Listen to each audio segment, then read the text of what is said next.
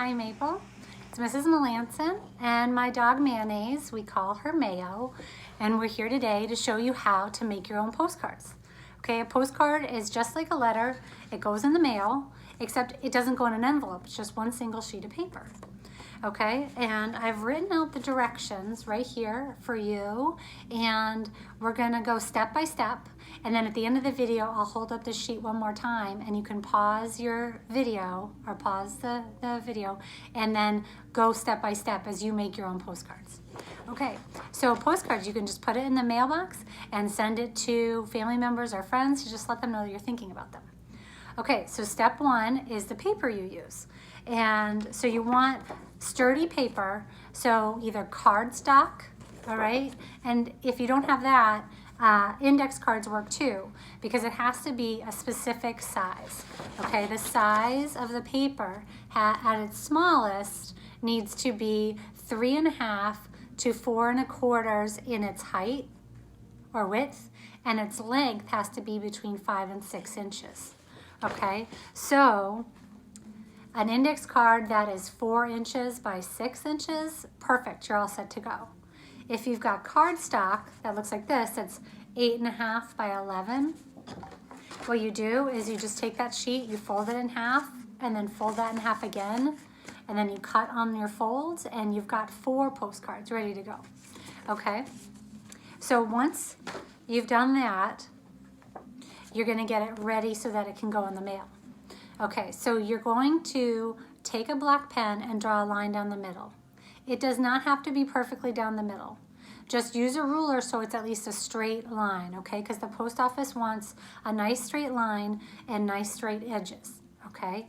So why you're doing this is on this side is where the address is gonna go, and here's where you're gonna write your message. So even if you want to, you can, these are pretty much the same. But if you wanted to, you can move that line over a little bit more and give yourself some more space to write. Okay, once you've done the line down the middle, you're going to do 3 horizontal lines. And that's where the address of the person you're sending to it goes. And then when you're ready to put the stamp on it, the stamp will go right here in the right corner. Once you've got your back all set up, ready to go, you can do the fun part, which is coloring the front. Okay, and you can put anything on it. You could cut out pictures from magazines, stickers, you can use colored pencils or marker or crayon, anything. You just don't want it to bleed through to the back, okay? And what I mean by bleed through is if the marker is too dark, it'll show through, and so the back part won't be white anymore. So just be careful of that. Okay, so I'm sending a postcard to my niece and nephew who live on the other side of the state. So I used a catalog I had in the house for seeds, and I found a picture of strawberries, and then I cut it in the shape of a heart, okay? And then, I don't know, I glued the strawberries on and thought, I'll draw a cloud around it, why not? So I drew the cloud around it, right? And then because I drew a cloud, I decided to draw a rainbow because I'll find any excuse to draw a rainbow because I love rainbows. And then my whole postcard was decorated. So now it's ready to go. Okay, so then I flipped it over.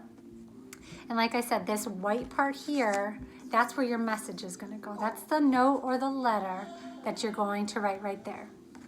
Mail. So I said, Dear Finn and Cora, comma, hope you're having fun at home. I have a joke for you, right? Because this is a short little message. So something like a joke or a riddle or just a quick silly note is all you have room to fit. So I wrote, knock, knock, who's there? Juno. Juno who? Juno, I love you, right? Right, that's my knock, knock. And then I said, love Aunt Kelly, XOXO. And see, it looks like that. XOXO means hugs and kisses, okay? And then I put, when you go to address it on your 3 lines, you're gonna write their first and last name, and then you put the number of their street and the street name. And then if they have an apartment, you're gonna wanna write apartment or APT, apartment 2, apartment, whatever number or letter it is. And then you write the city they live in and the state. And the state is always going to be 2 letters because we abbreviate them. We make them shorter to just 2 letters so they fit. In Massachusetts, we abbreviate to MA, okay? And then down here is a zip code, and the zip code will have 5 numbers in it, and that tells the post office what town it's going to. Makes it easier for them. Okay, the top right corner, last part, is your stamp. And the post office sells specific postcard stamps, and it says postcard right on there. And the postcard stamp is 35 cents. Okay, a regular stamp right now is 44 for a letter. So a postcard stamp's a little cheaper, so you can save some money.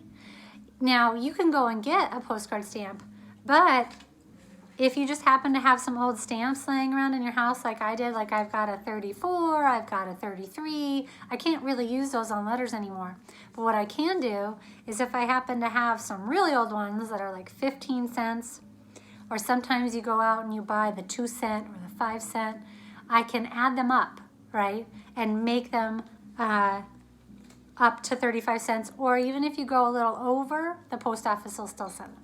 So I've got 33 cents, and I've got my 2 cent stamps, so on my next postcard, I could make these two equal 35 cents. Okay, so you've drawn your line, you've drawn your 3 lines for your address, you've addressed the card, you've put your stamp on it, you wrote your cute note, and you drew your picture. You're ready to go. Okay. I promised you I would show you the directions, so I hope you're going to do it. Pause the video, follow the directions, and send everybody you know a postcard. All right. Check it out.